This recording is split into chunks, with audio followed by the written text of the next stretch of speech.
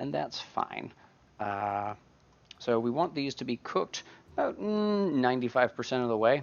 So when it comes time for dinner, I can just pull them out of wherever I've stashed them, throw them in a hot pan with a little bit of butter, pinch of salt, grind of pepper, bing, bang, boom. As soon as they're hot, they're done. And you can do this with large quantities and stash it in the fridge for 2 or 3 days if you happen to want the same vegetable as a side dish for a few days. And in this case, it's a pretty neutral poaching liquid. So if you wanted to do, like, you could throw that in a pan with some butter, some ginger, and some chili, and some garlic, and it would be delicious. You could throw it with some onion. You could throw it in there with some toasted cumin and some sumac, and it would be delicious. You could throw it in a pan with some bourbon and brown sugar, and it would be delicious. And you would never think that they started out in the same way.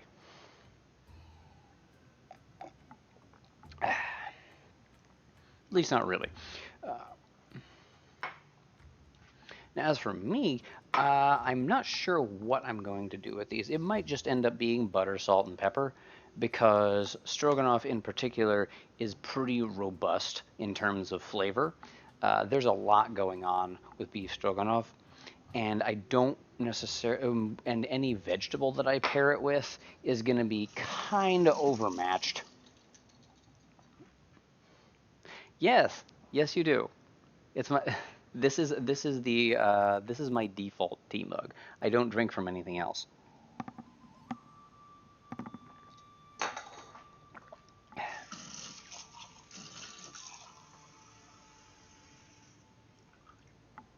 Oh yeah, did you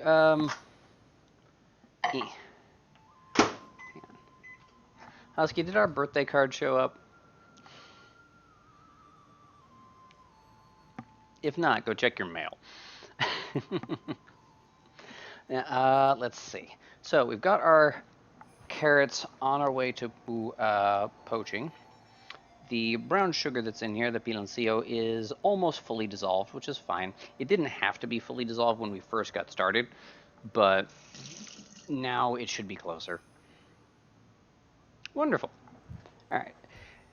So now we have stuff for tomorrow, stuff for today, stuff for tonight. Now, what else can we do while we're at it? Let's consider the chicken korma for a second. What do we want to do with alongside that? So it's got some pretty aggressive flavor. It's got a passable amount of vegetable matter. It's got meat, it's got dairy, it's got spice,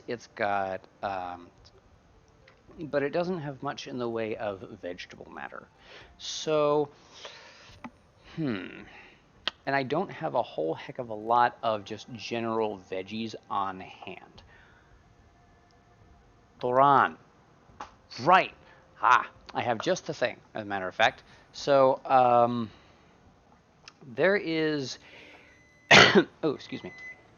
There is a dish called Doran, which is most commonly and most well known for being made with the equivalent of like green beans, or a lot of times it would be more like Chinese long beans. You cut them into small pieces, like